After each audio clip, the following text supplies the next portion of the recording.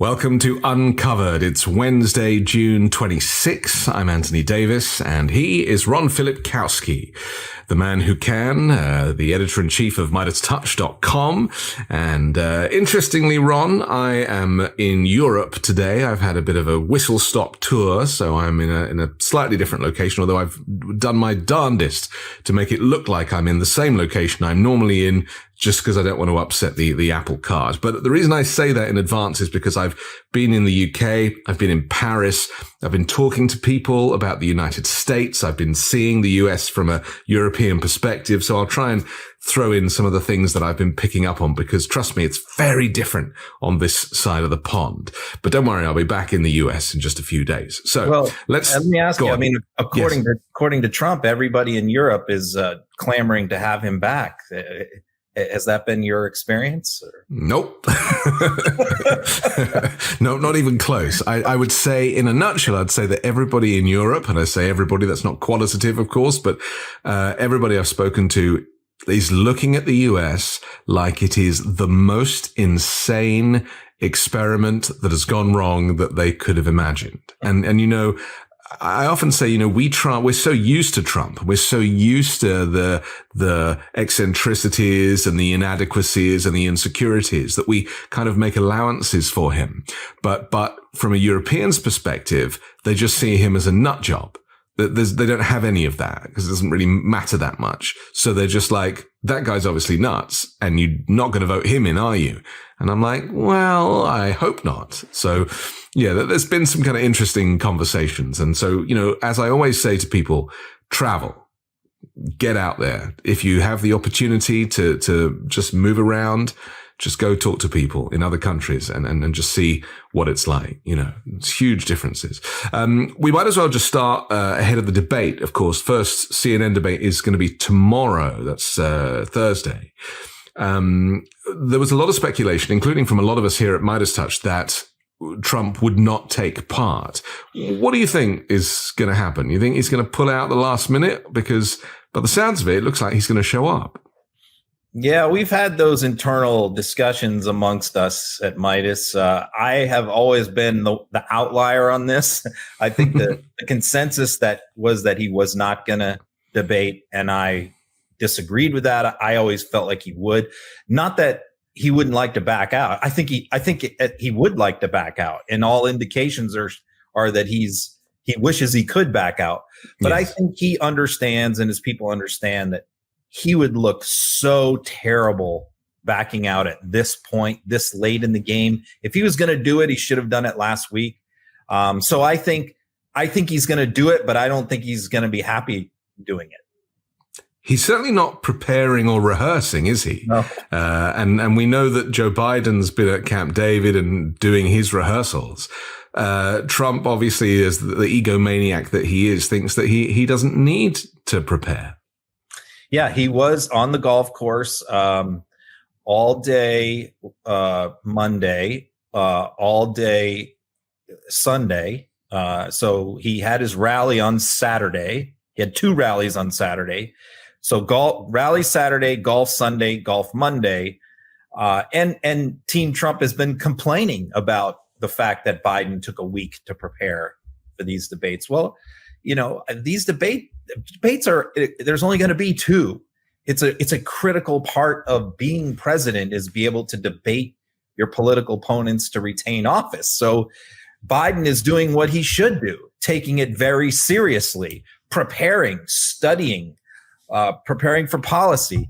Trump is doing none of that. Now, interestingly enough, on Tuesday, he didn't post anything on social media all day through the afternoon. So that's very unusual. Even in the morning, he didn't post anything. So yeah, we've been questioning this. What's going on?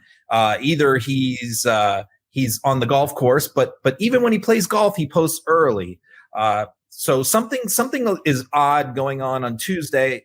Not exactly sure what, but I definitely expect him to be there. The other little news nugget is Chris LaCivita, his campaign manager, put out a tweet on Tuesday morning saying that he was flying to the debate and he had a mystery guest on the plane with him. And all the reporting has been that Trump's VP pick is going to attend the debate with his campaign manager. So that set a lot of buzz going on that supposedly whoever the running mate is traveling with La Savita. I love the story that came out a couple of days ago where Trump said that he knows who the running mate's going to be. He just hasn't told them yet. Yeah. I do believe that because I think that Trump wants to keep them all guessing, and because he wants to keep them out there because they're all on TV, they're on social media, they're just shilling for him night and day. The contenders, the Stefaniks, the Scotts, the Vances, they're all over the place. And I believe, and I think Trump does too, that once he names one of those people, the other ones are going to kind of drop off and do their own thing again and be a little miffed even. So although some of them are looking to get into the cabinet like Ramaswamy, like Doug Burgum is another serious contender. If he's not picked, he will certainly be in the cabinet. So I think that Trump does know. I think Trump's known for a long time, but and I do believe that he hasn't told the person yet. And you're still gunning for Elise Stefanik, right? Or have you changed? I mean, everyone is off Stefanik. Like no one's talking Stefanik. Everybody is talking Burgum now is the hot, and Vance. Burgum and Vance are the hot. They've kind of fallen off Tim Scott. So it's hard for me to believe that he's going to go like white dude again. Like he spent so much time and effort trying to sort of diversify, appeal to minorities, appeal to women in his campaign strategy that, he goes with another white guy. And in the case of Burgum, another rich white guy. He's going to go with a rich white guy. Ron, the man hates women. He sexualizes women. He hates women. He abuses women. He hates people of color and really, white men. And let's be honest, Mike Pence is probably the whitest man in America. That was his original pick. He's going to go with a white man. That's where my money is. You may be right, because the other thing is, like, I post a lot of the golf course photos and videos, and somebody really pointed this out yesterday because I posted the photo of his golf outing yesterday where he had about 10 guys with him, all white guys. So, and that made me think he's right. Like when he goes and plays golf, it's all white guys all the time. There's nobody else out there. So you may be right. Now, Vance is the hot pick of the day. That's what last couple of days everybody's sort of coining. But the thing is, Vance has zero appeal outside of the MAGA base. So good. It just makes no sense to me. Well, I guess but this isn't about appealing to anybody, though, is it? Really? I mean, he might say that, but we're dealing with a very mentally ill person with deep insecurities. And I don't know if you saw my episode of the Weekend Show just gone with Dr. John Gartner, who has, we analyzed the mind of Donald Trump, the brain, which didn't take that long, and I was actually left speechless at times, the way Dr. Gartner, who's an expert in personality disorders, was talking about quite how deranged and demented Donald Trump is. And so, I just hear you trying to analyze him like he's a normal person or a normal candidate. And he is not. He is a mentally ill despot. And we have to remember that. Yeah, I'm trying to analyze it from the sense of like what makes the most sense for his campaign. Yeah. Well, but maybe that's not necessarily going to be the deciding factor. Yeah, sense is not something that I think we should be focusing on. I want to mention Hillary Clinton's article in the New York Times. She wrote a piece a couple of days ago. And I'll just quote her. She said, "It's a waste of time to try to refute Mr. Trump's arguments like in a normal debate. It's nearly impossible to identify what his arguments even are. He starts with nonsense and then digresses into blather. This has gotten only worse." I mean, she makes the point, it's the point that I've made, that I don't think Biden should be debating Trump. I think that it legitimizes Trump. I think Biden should have pulled rank and said, I'm not going to debate a fascist. I'm not going to debate somebody who doesn't believe in democracy and the Constitution and everything else. So I believe it's only really platforming Trump. And I think that Hillary Clinton's basically saying the same thing. She's saying that having debated Trump and Biden, in her experience, it's a waste of time. And my opinion on that is, like, I think if maybe she was running or if Obama was running, they could get away with something like that. But I think the problem for Biden is all of the undecided voters, the big chunk of voters in the middle. They say the same thing, that they're concerned about his ability to do it for 4 more years. And I think, therefore, this debate, along with the State of the Union, is really important for him, because it's not really about Trump. It's about him going out, Joe Biden, and showing that he can take on a guy like this and perform well. So I think it's less about Trump for this debate than it is about Biden himself needing to come out and show that he has command of the issues and he has the vigor to do this. And I expect him to do that very well. Interesting. Well, we wait with bated breath. I only wish we had another episode immediately after tomorrow, but people were going to have to wait a whole week to see what it is that we think. All right, let's get into some of the weeds of the news this week. Let's talk about the Oklahoma Supreme Court, which has ruled against the scheme to fund religious schools with tax dollars. We talked about this a little bit last time. Just set this up, and then I'll show this clip of this chap who's in charge of the Oklahoma public school system, who does not believe in the separation of church and state. Yeah. So, the person that you're referring to is Ryan Walters, who was elected 2 years ago in 2022 on this Christian nationalist platform.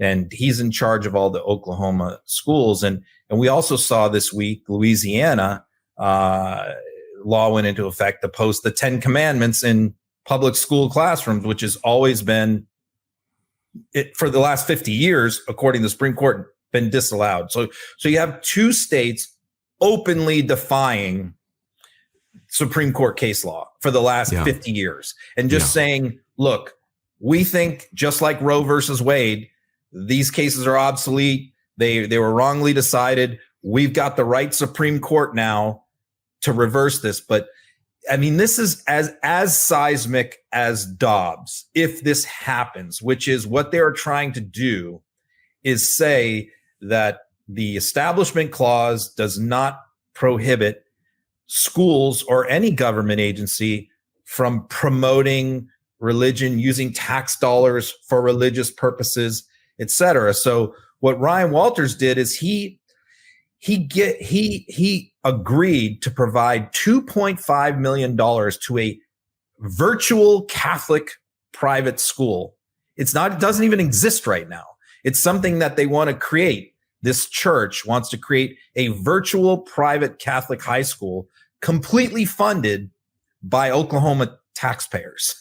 and they want to take on about 400 students. And he agreed to fund this school. So you have the state funding a Catholic school, something that, and the Supreme Court, the Attorney General of the state of Oklahoma told him at the time, this is unconstitutional. You can't do this. And he was the one who actually took it to court, his own Republican Attorney General for the state. And it went all the way to the Oklahoma Supreme Court. And on Tuesday morning, the Supreme Court threw it out. Now, I think Walters was expecting this. I think the plan, it's not just him, it's all the people backing him nationally they want to use this as the test case to take up to the U.S. Supreme Court, which they now can do, now that they've lost in the state Supreme Court, to try and dissolve the concept of a separation of church and state. Okay, let's take a look. Date of our Freedom of Faith initiative that we launched yesterday. For far too long, we have allowed radical court decisions from the 1960s to ensure that atheism is a state-sponsored religion in our schools. The reality is our founders always wanted a free expression of our faith. They knew faith was integral in creating the greatest nation that the world had ever seen. That's why the Declaration explicitly talks about our rights coming from God, not from government, but from God. Our students should absolutely have that minute of silence protected. So in our every public school in the state, we are going to ensure every child is given a minute of silence, and every child is told that in that minute of silence, they can pray. Faith is essential for our young people to be able to express. Is it my imagination, Ron, or did he say that atheism was a religion? Yeah. He sort of gave the game away at the beginning of the clip there. Of course, then he reverted back to the moment of silence at the end, which is somewhat innocuous. Yeah, but, the loophole. Yeah, but what he's saying there is we have been following this case law from the 1960s for too long. It was wrongly decided. And he's proceeded to challenge all of this stuff. So when he's talking about atheism, he's just saying removing religion from the school system is an atheistic way of doing things. So godless is, like the absence of religion means you're an atheist. It's just completely crazy.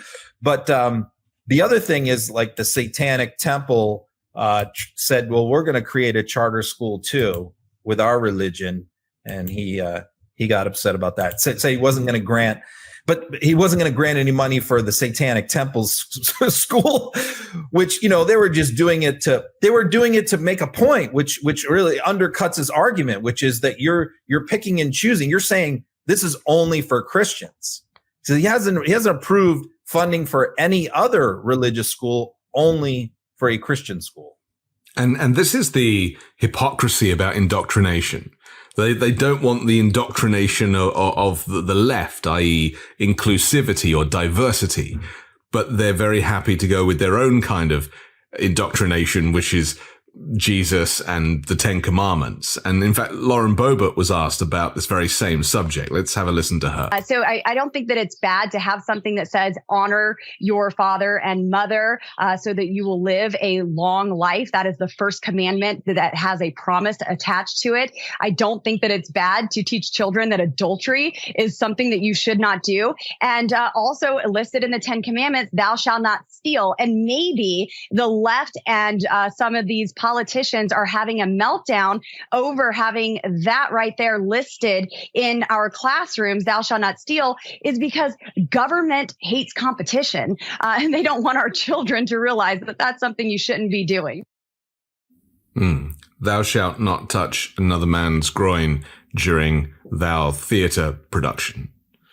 Yeah, that and the second part, which is thou, she says, putting the Ten Commandments up in school will teach kids not to steal. Meanwhile, her son is presently up on 22 theft charges. That's right. For breaking into cars and stealing credit cards. And so she obviously couldn't teach her son not to steal because he's currently involved in a crime spree. But she wants to put the Ten Commandments up in schools to make sure everybody else's kid doesn't steal, while her kid does. Yeah. And by the way, her kid also impregnated a 15-year-old girl. So, out of wedlock. And she also recently got divorced. And let's not forget, until only the last few hundred years, divorce was taboo in the church, was not allowed. So yeah, these things are ever changing, these values of the right.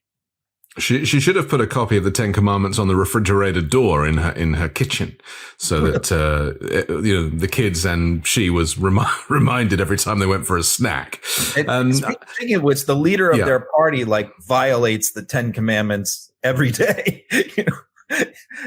He spent his life violating the Ten Commandments. I know. I mean, that's the irony of all of this, isn't it? That the most ungodly man in existence, who represents everything that Christians claim to be against, is the one that they are worshipping, like a king, in fact. They're also the ones arguing, against a monarchy and celebrating the republic, and yet they treat their leader like a king. Let's go to Maricopa County next, because I want to talk about Shelby Bush Is it Bush or Butch, her name? Yeah, I think Bush. it's Butch. Yeah. Butch. So she's an interesting character. I mean, I get a sense, and this is the thing that I've been discussing with friends and family in Europe, is that the kind of Christian nationalist movement, and we're not talking about moderate Christians who go about their life, in a very kind of respectful and private way. We're talking about people that are seeking to thrust Christianity, extreme forms of Christianity, including, their kind of anti-abortion sentiment onto other people, secular people, people of other faiths, for example. So I just want to always make that clear that, we're not anti-Christian, but what she's doing with this Shelby Bush, and I'll just say that, my European family and friends, they look at it like it is so alien to normality, so extreme. And again, we've become a little immune to it in the US because it is becoming part of the traditional discourse. And it shouldn't. We have to keep reminding each other that it is nuts. Let's take a look.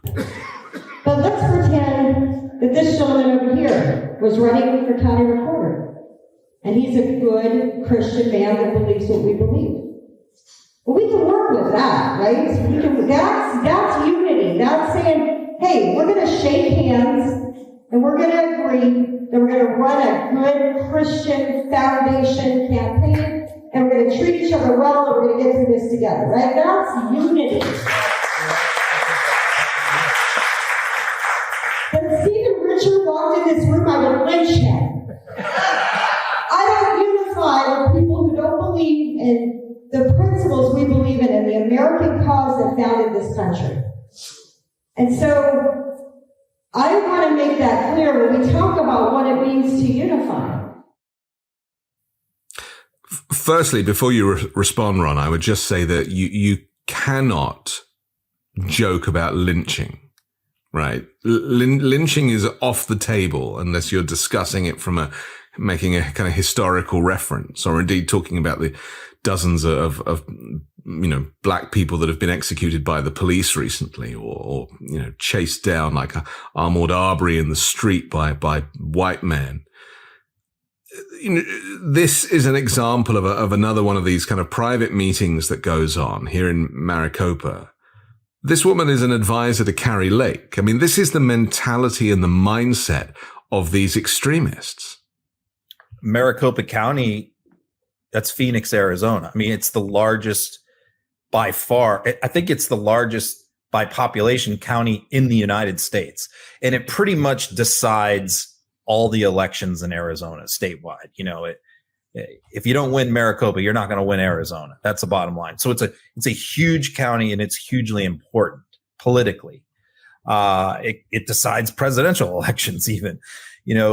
This woman is the number 2 Republican in charge of the Republican Party for Maricopa County. She's the vice chair. So she's not nobody. And she's, like you said, she was a legal advisor to Carrie Lake. She helped her with her election challenges. And the person she's complaining about, Stephen Richer there, saying who she wants to lynch, is the person who's in charge of the elections. He's the recorder for Maricopa County. He was in charge of the 2020 election. He was in charge of the 2022 election, Carrie Lake, where Donald Trump and Carrie Lake both blamed him for all this phantom election fraud. So he's become sort of a punching bag, and he's a Republican. He's a lifelong career conservative Republican. And so when she says, I would lynch him, obviously this woman would never put her hands on Stephen Richer, but Stephen Richer has gotten thousands of death threats. He's suing Carrie Lake for defamation right now. She already lost the case against Stephen Richer, so he already sued her. What she wants is somebody else to go after, somebody more dangerous and crazy. So she's putting that out there to her crazy audience who laughed, hoping that somebody in the audience might act upon it. That's what she's doing.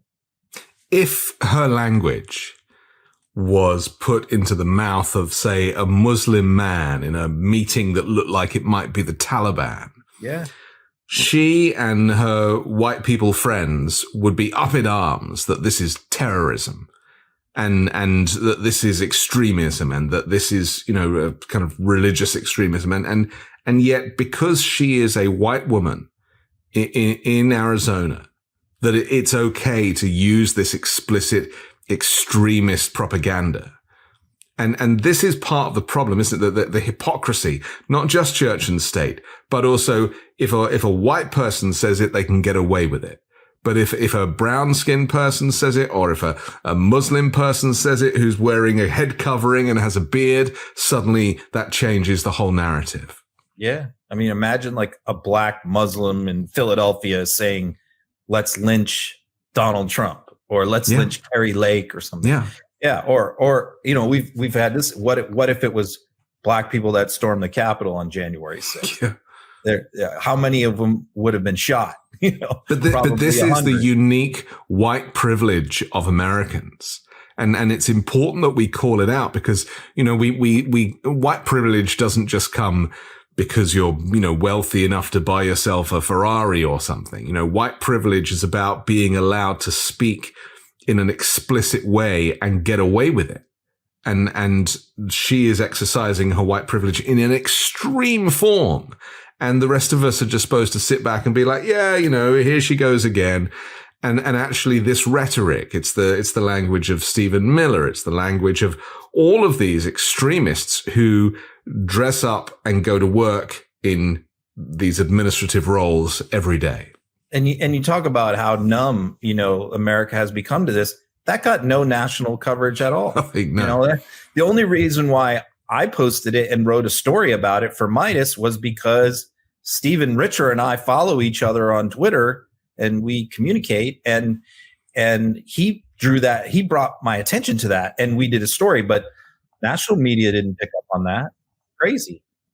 And, even the language about surrounding the debates, didn't Trump get up and say that, demanding a drug test or talking about Joe Biden's going to be jacked up. They're going to inject him, give him a shot in the arse, and he's going to be jacked up and he's going to go out there. And it's like, again, some people laugh it off. This is the extremist language of autocracy. It's so dangerous. And it's obviously projection. I mean, because it's going to be him who's jacked up. Who is the one who sent a letter to the debate commission and CNN demanding that Biden be given a drug test? Ronnie Jackson. Yeah. Right. Trump's Dr. Candyman, Dr. Feelgood is the one who is out in front calling for him to take a drug test along with Donald Trump. And what do we know? From all reports, from pharmacists, we actually have evidence showing that Ronnie Jackson was giving out Provigil, which is what he is accusing Biden of taking, and Adderall throughout the Trump White House like they're jelly beans, passing them out like candy. And we have hard physical evidence of that. And now the guy who did that is the one who is calling for Biden to be tested for those drugs. And we see with our own eyes Donald Trump at rallies, slurring his words, sweating, forgetting things all the time. Biden is not acting like this. We have an enormous mountain of circumstantial evidence that Donald Trump is on drugs. We have none of that for Biden. None of it. Let's take a look at this clip of Trump trying to, as you say, project. Because they want to get him good and strong. So a little before debate time, he gets a shot in the ass, and they want to strengthen him up. So he comes out. He'll come out. I say he'll come out all jacked up, right? All jacked up. We have never had ever in American politics a presidential candidate accuse another one of taking drugs. That has never happened. So this is yet another thing that Donald Trump has done to diminish. He's accusing the president of the United States of taking drugs. That's number one. Number two, what is he so afraid of? Let's just assume for sake of argument that this is true, that Joe Biden is going to take Provigil or Adderall or whatever before the debate. According to them, like, Biden can't even put two sentences together. He can't even complete a sentence and keep a train of thought. So what is he afraid of? That this drug is now going to make him like Barack Obama? Is going to make him Winston Churchill? You know? They're freaked out after the State of the Union address. Because they were projecting that the State of the Union address was going to be a disaster. Yeah. And then Biden killed it. And so, of course, their only excuse at that moment was to say, well, he must be on drugs. And so now they're preempting this because they know that Biden is probably going to pull it out the bag, because Biden always does. It's just so childish, Ron. That's what gets me about it more than anything. It's like, there are so many problems in this country, political and social, that need dealing with. Mass poverty and, credit card debt and, healthcare, like actual things that voters need. And this whole back and forth and toing and froing as to whether or not someone is going to perform in a certain way on a debate. Like, who gives a shit about the debates? They shouldn't even be happening. They are a distraction from what we really need, what people really need. And that's why, to me, I feel like it's a uniquely American problem, because it's like politics made for television. And I think you put your finger on it at the beginning too, when you said, like, really what this is all about is Trump's own insecurities and fear that he's going to lose. He's going to lose this debate. He's going to look bad in this debate after telling everyone that Biden has lost it and he's a puppet and controlled by Obama and not really in charge and doesn't know where he is. After all that, if Biden comes out and has command of the issues and makes Trump look like a buffoon, they have to have an excuse to go to. And they're also setting that up with the debate moderators too.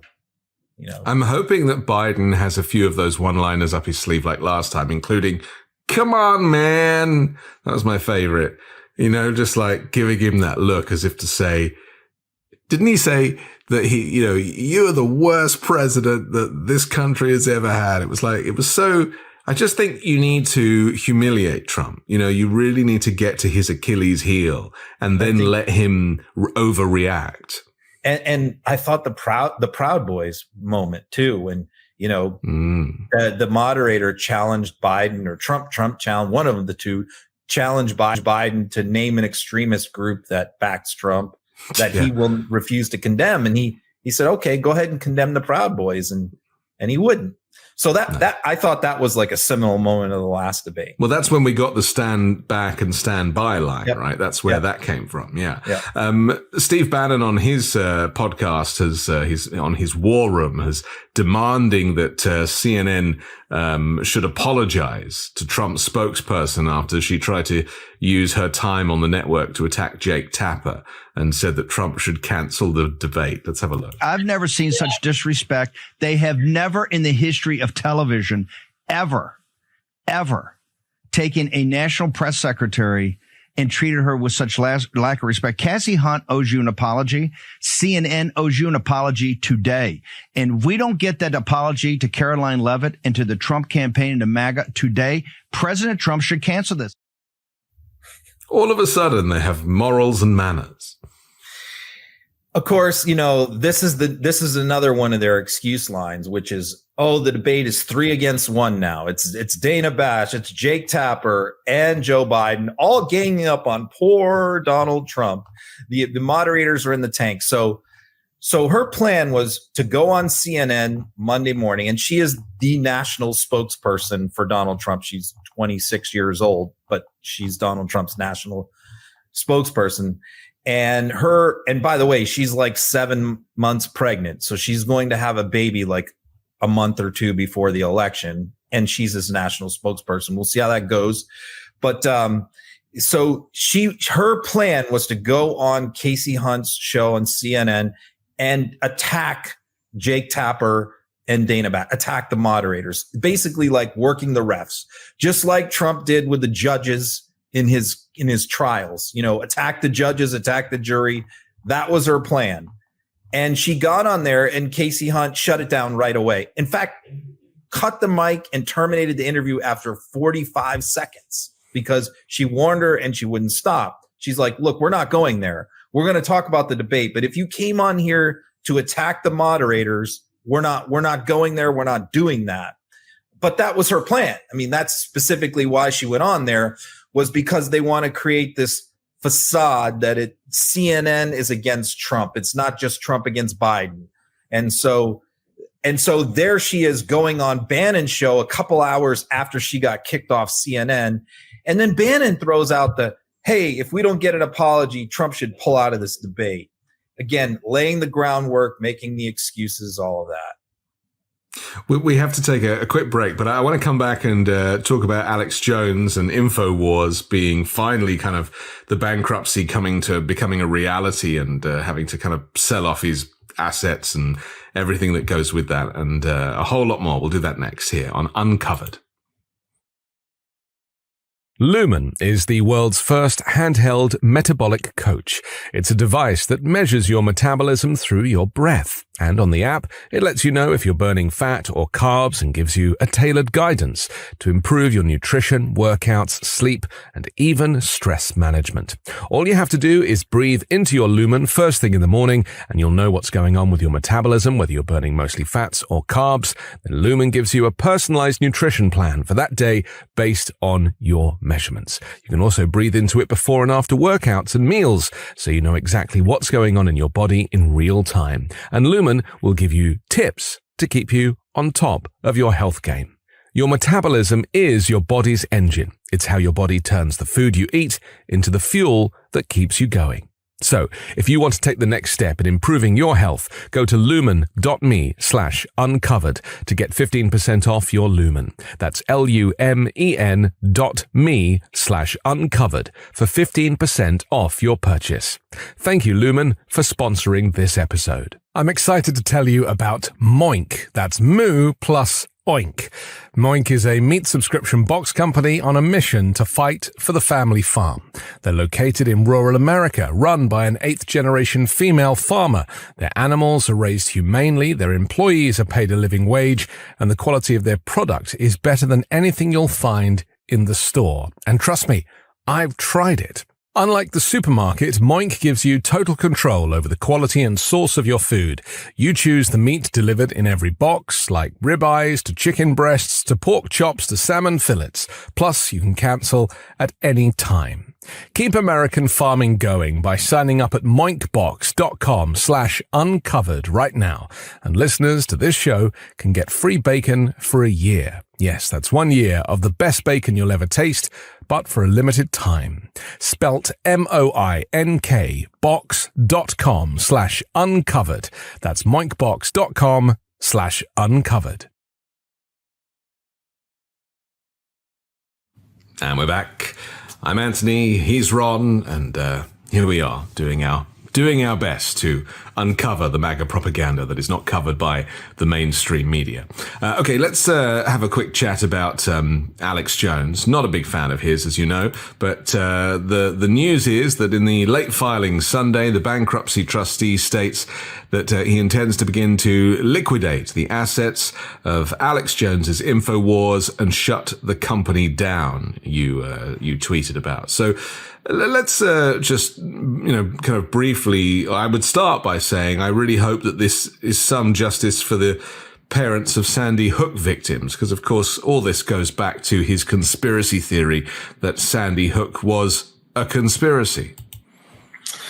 Yeah, it's always difficult to sort of peel back the layers of the onion to get to the truth in any story involving Alex Jones, because he puts out so much disinformation. And I've watched a lot of the interviews that he's given and statements that he's made about this. I read the filing of the bankruptcy trustee. Because I didn't jump at the other ones. Alex was claiming that they were trying to shut him down a few weeks ago, and I didn't necessarily believe what he was saying because nothing was in a court filing, and I'm not going to take Alex Jones's word for anything. But finally, for the first time this Sunday, we actually have from the trustee a filing saying, I intend to liquidate this company. Now, Jones made the argument to try and prevent InfoWars from being liquidated, that if you liquidate InfoWars, then the Sandy Hook families will not get any money, because really the most valuable asset InfoWars has is Alex Jones. Alex Jones selling all of his products to his followers. And if you take Alex Jones away, InfoWars is worthless. And so it can't be sold to anybody else to pick up the reins. And so the argument that he made to the court was, well, this defeats the purpose. Taking my company away defeats the purpose of me trying to satisfy the judgment. But it's clear from the families that they were basically like, we know we're not going to get much money out of this. We don't care. We want him shut down. And so the big question is going to be, his empire that he's built for 25 years is now going to be gone. How is he going to reincarnate himself? How is he going to pop back up? What is he going to do next? And whatever he does next has to also be insulated from the judgment. So really the only thing that he can do is sort of become an employee of somebody else and go to work for somebody else. He can't even really do like a Tucker Carlson deal with Twitter and X, because once he does that, then they're going to swoop in and get his money for that. So he's got to sort of be an employee for somebody. And the question is, who's going to hire him? I don't know. Maybe Tucker Carlson. Tucker Carlson loves Alex Jones. So it'll be interesting to see sort of where he pops up. But this is definitely 100% going to hurt him and hurt his brand and hurt his ability to get his message out. Let's talk about this phrase, the suckers and losers phrase. This is after John Kelly, former Donald Trump chief of staff, as we know, a kind of military man, in his book talked about the phrase that Donald Trump used to describe people who had lost their lives in battle, military people, as suckers and losers. This is a story that has, been around now for about 5 years, maybe, give or take 4 or 5 years, I guess. And Donald Trump has always denied this. And now the story has kind of come back to haunt him again. And Trump is kind of not taking it lying down, really. In fact, he's kind of pretty furious about it. Let's just take a look. But they made up a suckers and losers statement so terrible. And my stupid people, when I wanted to refute it, they said, sir, don't dignify it with a rebuttal. Refutal or a rebuttal? What the hell word would that be? Refutal? What they'll say, he didn't know, rebuttal or refutal, but they don't know either. Sir, it should not be dignified, sir. And I say, well, I gotta fight that. That's the worst thing you could probably say to me would be that. He said, sir, it's going nowhere. 3 years later, it still simmers. And you know what? Anybody in the military, now I fight. I talk about it all the time because it doesn't make sense. Nobody could say a thing like, you can't. Even if you hated the military, you couldn't say that because it would actually be dangerous. It would be so bad. Nobody would say that. So now I speak about it all the time because these people are liars. They make it up. It's now on top of that, you have AI. On top of that, you now have AI. I have so much to say about this, Ron. Firstly, we should make it clear that it's refute or rebuttal. It's not refutal. It's not rebuttal. Rebutal. The guy is a frickin' idiot. So that's the first thing I would say. But that aside, this is total projection, right? When he starts saying, what kind of a person would ever say a thing like this? He's obviously been told that no person should ever say a thing like this, and knows inside that he is the person who said a thing like this, talking about suckers and losers, not rebuttal and refutal. And so he's now having to project because he's been given some intelligence, which is that you just shouldn't say stuff like this, which never occurred to him the first time when he actually said it. What's your take on it? Well, what kind of person would say that a prisoner of war who spent 7 years in a Vietnamese prisoner of war camp is a loser? Yeah. And I prefer people who don't get captured. He said this on video about John McCain. So very consistent with some of these other comments.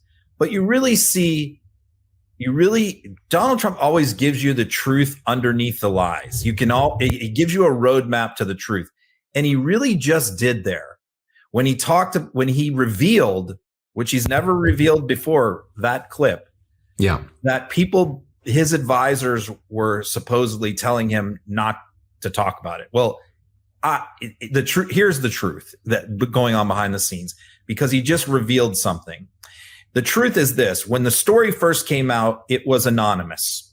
It was, I think, an Axios story, or AP, I think it was Axios, said that it might have been AP, an anonymous person close to Trump, senior person with knowledge, told them that he made all of these statements.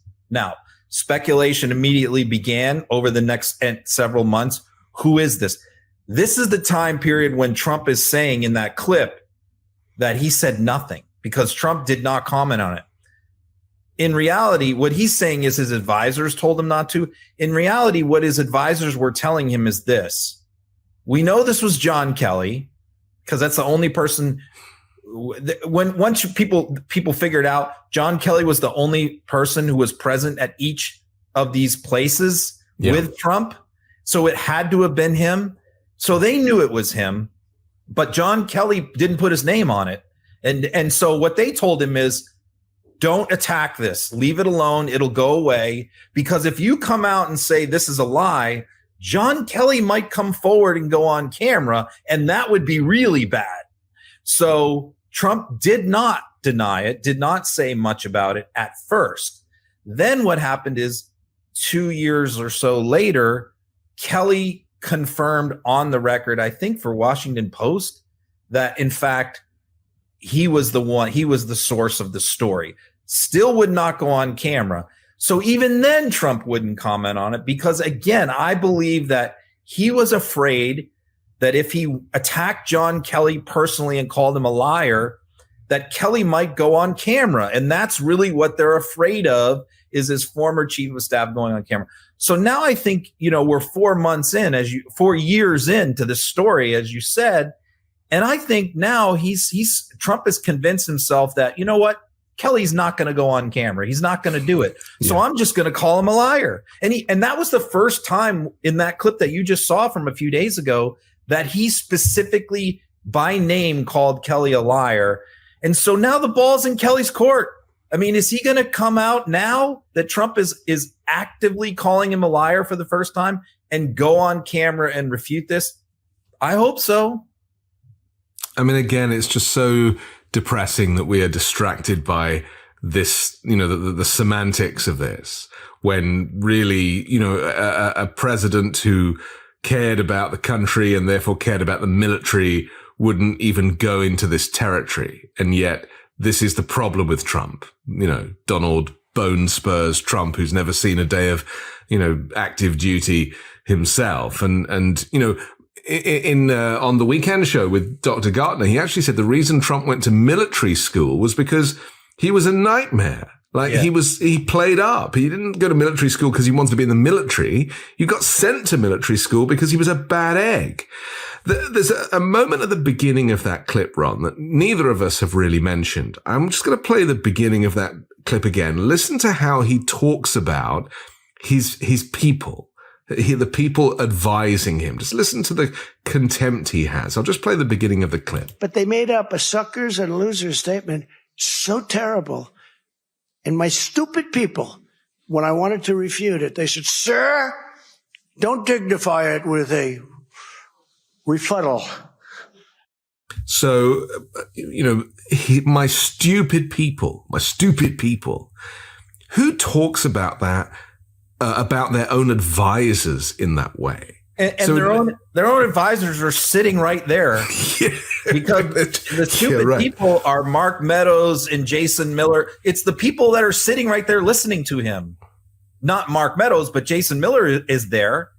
And he certainly was a senior advisor to the president. They were in the middle of a presidential campaign. Definitely Stephen Miller was one of those people advising who would have given him advice. I mean, I'm sorry, not Stephen Miller, Jason Miller. Jason Miller, yeah. Yeah. So he's referring to his senior advisors as stupid people. and they're still his senior advisors.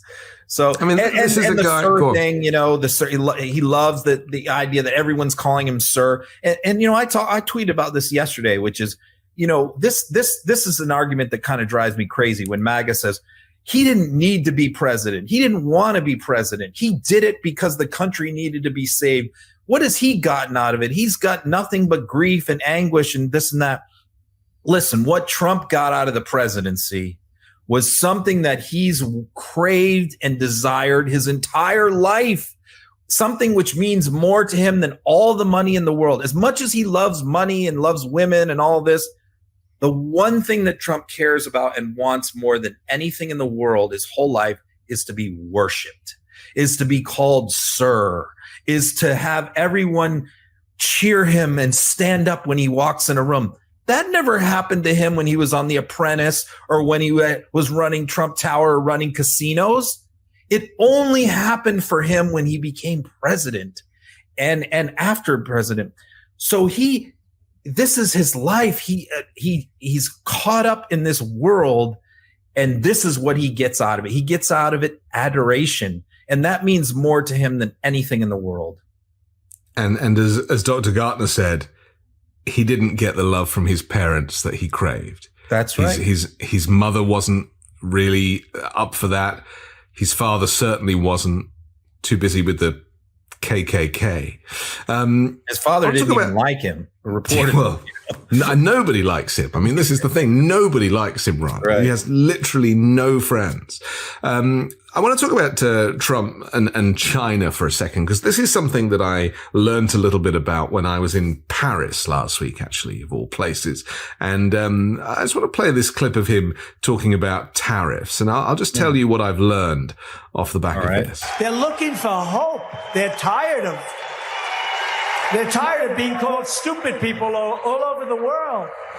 4 years ago, we were so respected, and now we're being laughed at.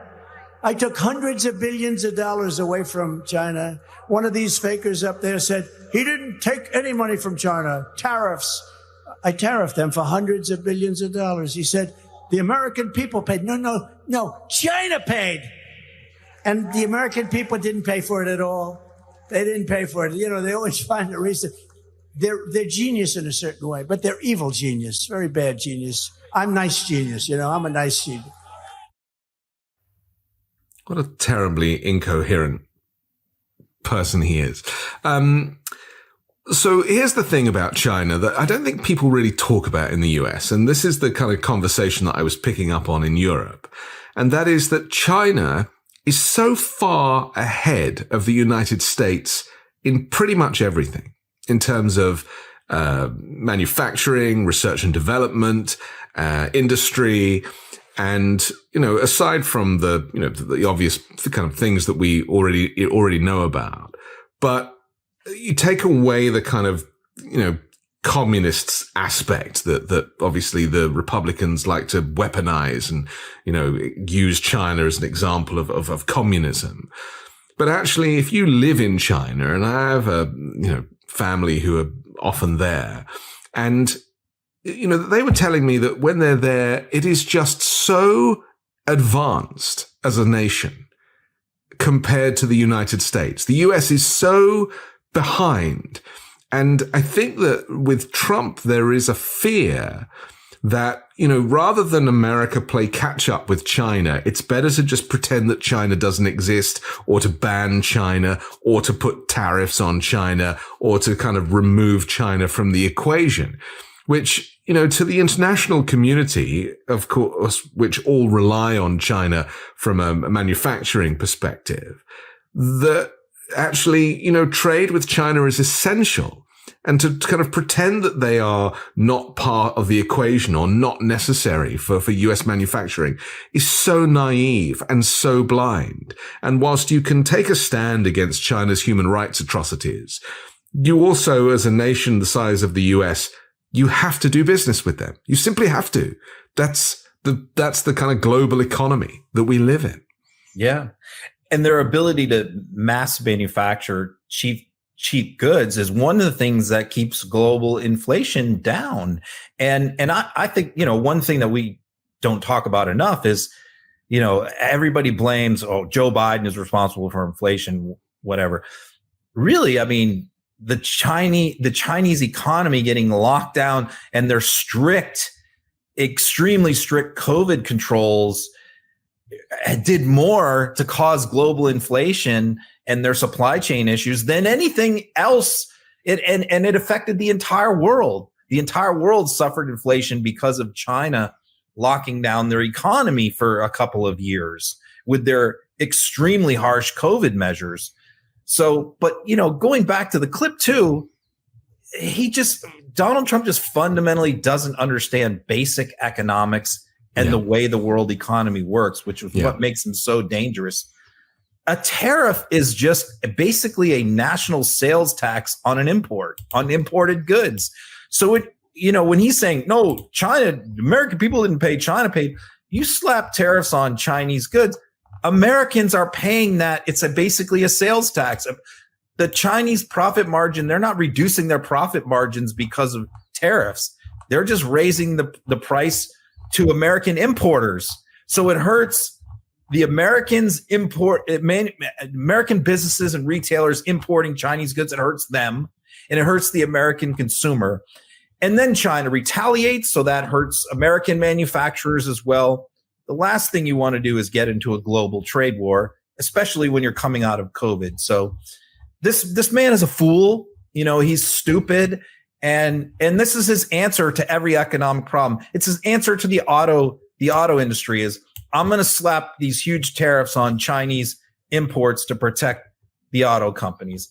I mean, we all know that this doesn't work. We have centuries of economic studies to show that this is a disaster when you get into these protectionist international trade wars.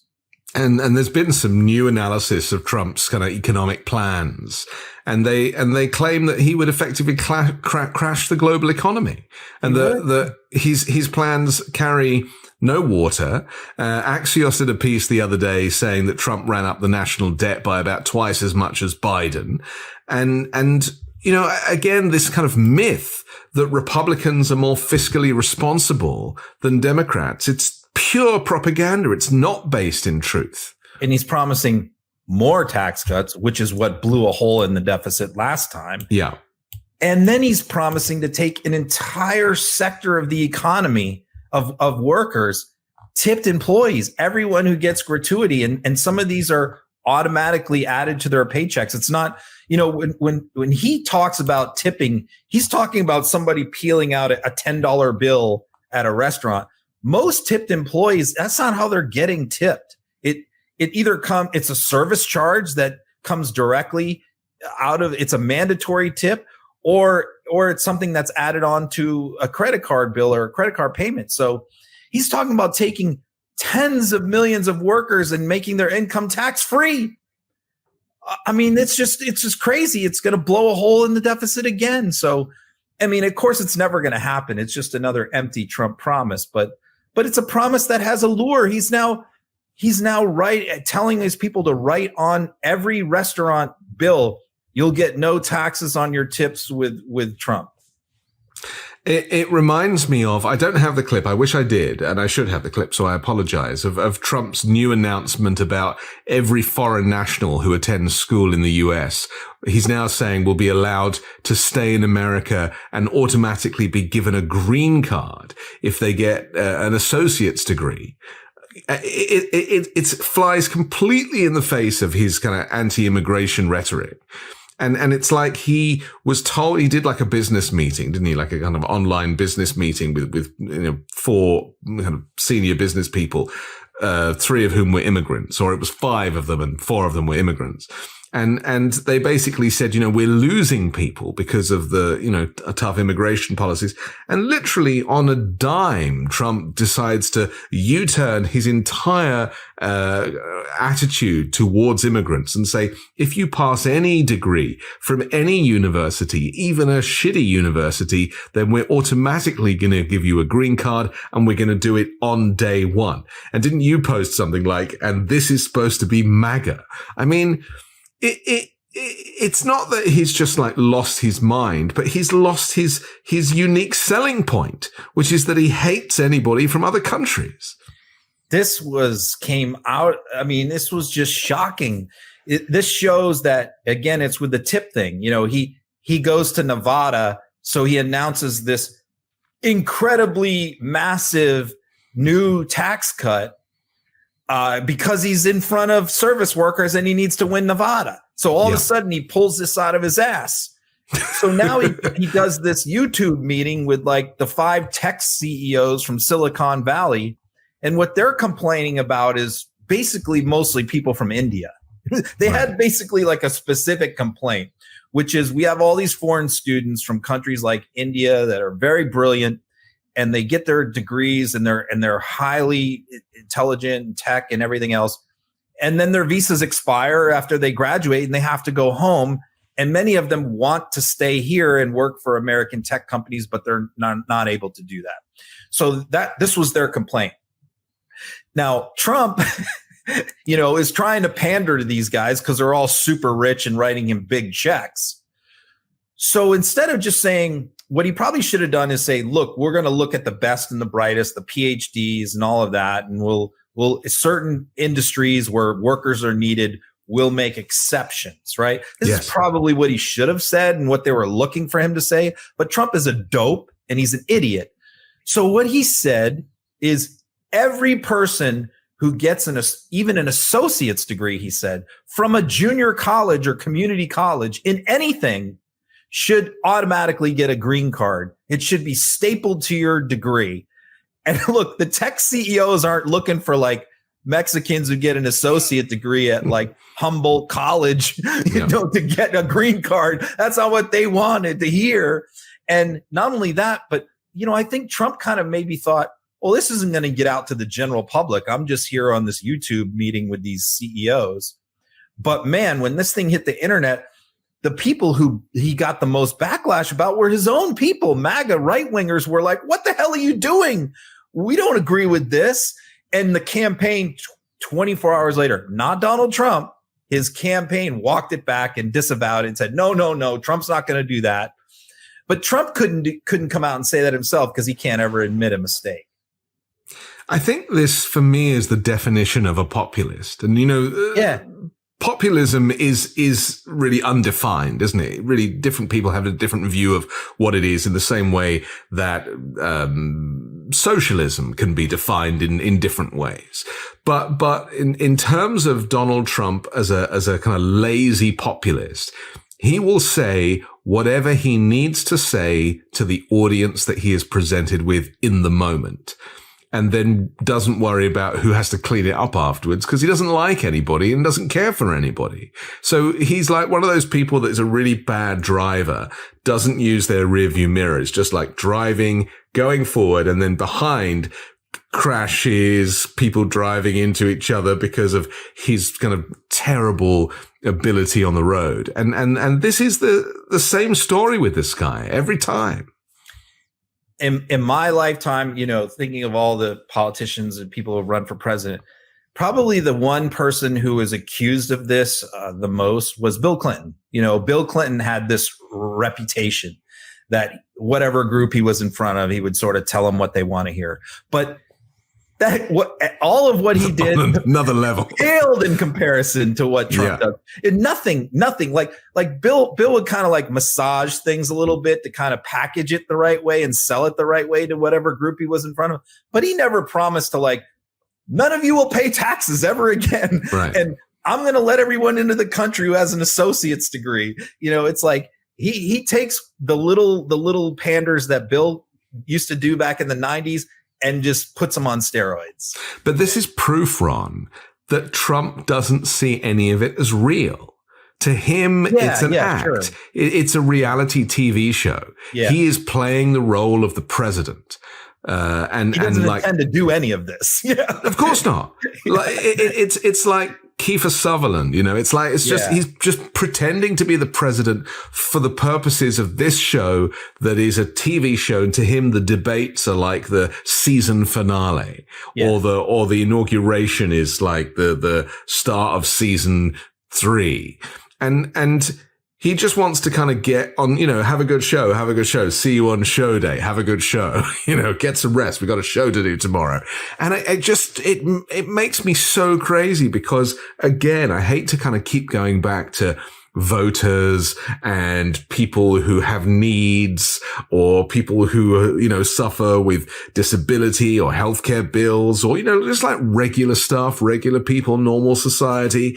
None of that is a factor for this guy. None of it. Just a little snapshot of what really showed what you just said. When he went to East Palestine, when they had the train derailment and their water was poisoned and they were toxic chemicals, and he swoops in there and he's walking around telling everybody, have fun, everybody, have a good time. He was doing that at have a good time. Site. Yeah. Yeah. It is all a photo op. It is all just a reality show. It's like an extension of The Apprentice. It's like Apprentice behind the scenes. Let's see what the TV host Donald Trump gets up to when he's not hosting The Apprentice. Oh yeah, he's pretending to be the president or the ex-president. I mean, we say it with a smile on our face, and I think that's a coping mechanism because it is so insane. It is so dangerous.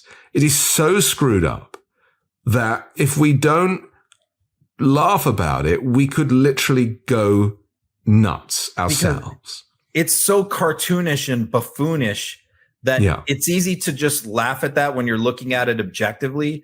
What makes it dangerous and serious is the fact that so many millions of people believe the bullshit. Yeah. And that's the thing that makes it dangerous.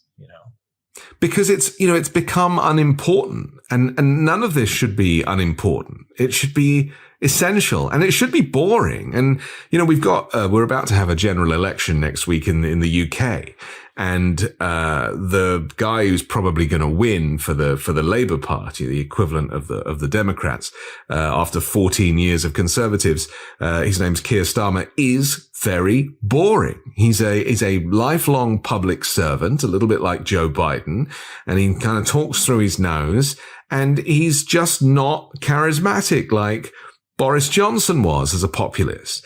And people are considering voting against him because they're just like, oh, he's just a bit boring. And it's like, he's a good person. He's a good person. He's an administrator. Well, right? That's what you want. Nigel Farage, right? They could always go. Farage, it's like this is the other thing. And it's like Farage was like a neo-Nazi who kind of brought Brexit about. Talking of Brexit, coming from Paris back to London, I had to go through 2 sets of immigration, 2 sets of border force, French border force, and then 3 feet, and then UK border force on the same side in France. Whereas pre-Brexit, I didn't go through any border force because we were one Europe. And I just sauntered through it. And I actually thought of Nigel Farage as I walked through that. I cursed him. And now he's back again, trying to, with a brand new political party, claiming that he's now the second most popular party in the country. It's just nuts. He's talking about being prime minister. Well, it's not together. I know it's not going to happen, but let me tell you something. These kind of far right populists, we're seeing it with Marine Le Pen in France at the moment. People are terrified. It's like, and then Venezuela, of course. We have to be very, very careful because these people are energized. These people are charismatic, and these people hide how dangerous they are by nature of their good humor. And look, Adolf Hitler did exactly the same thing. He staged a military coup, got he got a 5-year prison sentence, served almost 1 year of it. A few years later, he's back. Then kind of everyone's celebrating him, creates the Nazi party, converts Germans into Nazis. And then like 7 or 8 years later, the Holocaust. So, don't compare Donald Trump or Nigel Farage or any of these characters to Hitler in 1939. Compare them to Hitler in 1923 or 1927. I mean, you're the historian. I don't even know why I'm freaking telling you this stuff, Ron. But it's like, the next decade, after they get elected, duly elected is when the darkness is truly kind of exposed, the mask comes off, and the true actions that follow the hate are present. It's very worrying. We must learn from history. We really must. Yeah. I mean, I was thinking of Hitler hosting the 36 Olympics, and putting on that pageantry and thinking how much Donald Trump would have loved to host the Olympics and put all that together. Yes. Yeah. They're so similar. They really are. Yeah, the event that I was referencing that I think people forget with Hitler was this, huge event that put him into jail. It was the Munich Putsch in 1923, and he staged a coup, and it bared a striking resemblance to January 6th and Trump's attempt to stay in power. Yeah, and this is why we can't joke about Merrick Garland. We have to hold Merrick Garland to account. I don't think though that Trump in prison will write a book. I think they're different there. Trump already read that book. He has it on his bedside table, remember? It's his favorite one, reads it to the kids at night. Yeah. Okay. We're just looking at the time. We've got a couple of other things. Do you want to mention this Steve Bannon story about Bob Good? Because this is very interesting. Isn't it? This is pretty funny. What are your thoughts on this? Yeah. I mean, this is pretty funny because Bob Good is the chair of the Freedom Caucus. We've talked about this before. Very right wing, perfect right wing voting record, backed by a lot of pretty senior right wingers. And so, but he made one mistake. He endorsed Ron DeSantis in the primary against Trump. And so he became the enemy, a disloyal enemy. And so Trump endorsed someone else, John McGuire, to run against Bob Good. So it's sort of the equivalent of like running against Matt Gaetz or Marjorie Taylor Greene. I mean, because they crossed him, it proves that he'll go after anybody. And so he endorses. So the race has been super close. It was only called yesterday. It was decided by like 320 votes. It came right down to the wire for Congress, and the Trump candidate won. And so what you have this bizarre situation right now happening where Bob Good is claiming election fraud and saying that the election was stolen from him and coming up with all the similar excuses that whereas Trump was talking in Atlanta about water main breaking and stealing votes that way, Good is now talking about fire alarms being pulled at polling places, but he's accusing the Trump guy of stealing the election. It's just this bizarro, strange, crazy, upside down conspiracy. Let's take a look. You've changed the dynamics of the entire race, sir. You're exactly right. And we're going to be making a legal challenge in the next couple of days to demonstrate that Lynchburg, the biggest city, can't be certified. There's other concerns across the district with the results, but Lynchburg is the big key. That can't be certified. There's no confidence in Lynchburg's results from either side, quite frankly, on the city council basis, along with the congressional basis. Steve, but we cannot win if we're going to elect swamp creatures. And just look at who's supporting my opponent. It is the Paul Ryan, Kevin McCarthy, Eric Cantor types, the swamp folks, the rhinos for whom the endless wars, allegiance to the industrial military complex, that's who's funding my opponent. That's who's supporting my opponent. He would vote very differently than me and why. Wait. He says swamp creatures are backing his opponent. Donald Trump is backing his opponent. Is he a swamp creature? The drain the swamp phrase takes on a whole new meaning with this lot. It's like Lord of the Flies. They're now starting to eat each other. Exactly. I mean, he's accusing Trump's guy of being a swamp creature and stealing the election. Yeah. It just shows how broken and deranged these people are. And the same kind of thing is happening in Arizona in the race of Abe Hamida versus Blake Masters. Same kind of stuff. Two MAGA guys going at it similar ways. Let's finish with RFK and his running mate, who hasn't really been getting much attention, but this kind of again being criticized and getting all the wrong kind of attention. Let's have a quick look at the clip, and then we'll wrap up chatting about this. Worst case scenario would happen, you'd become the commander in chief, and I'm curious what in your background prepares you to be commander-in-chief?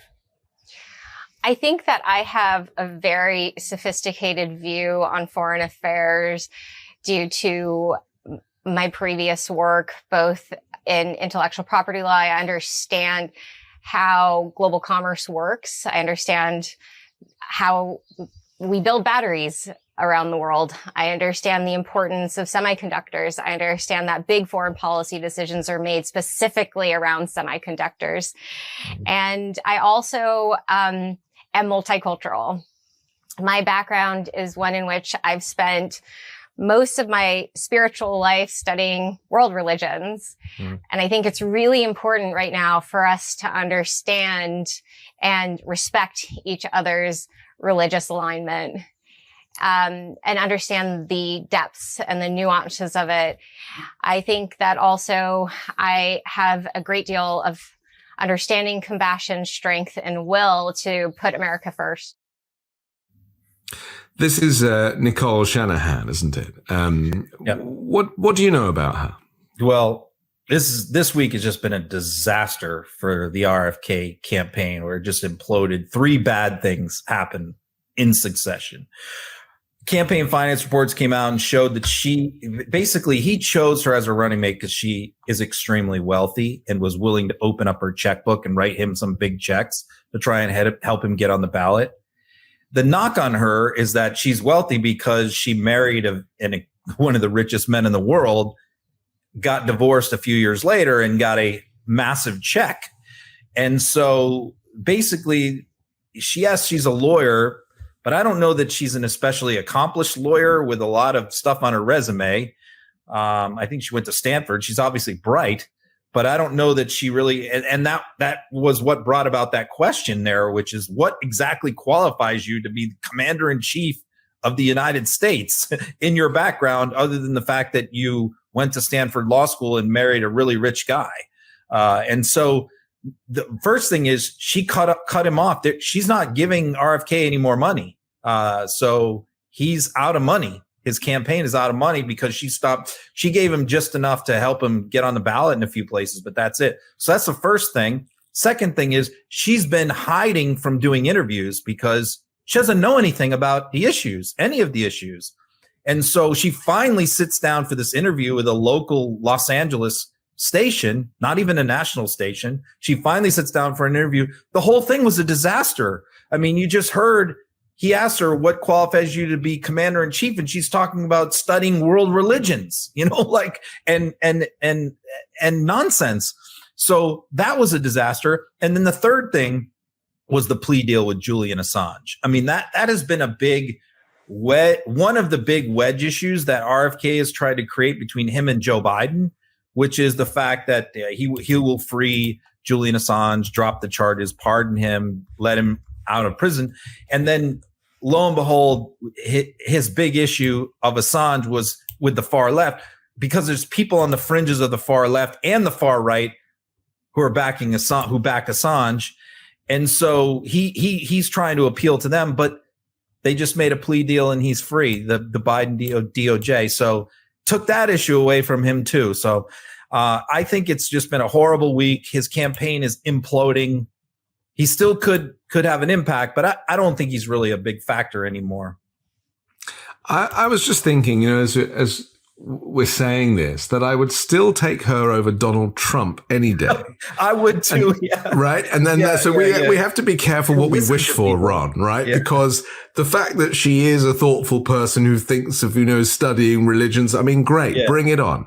I'll take her over. Class. Like if you right over the insanity of Donald Trump and his insecurities and his mania any day of the week. Okay, listen, we have to finish, but always a pleasure. Thrilled to spend the Wednesday with you. I don't know really what to say. I always get a little embarrassed at the end of the show because I kind of don't want to leave because I know I'm going to miss you a lot before next week. So I'm one of this like the end of a party. You're not sure if you should go or not. So all I would say is that if you want to download the audio podcast to this show, you can do that later tonight. It drops at around, what time does it drop? Around kind of 6 p.m. Pacific, so 9 p.m. Eastern.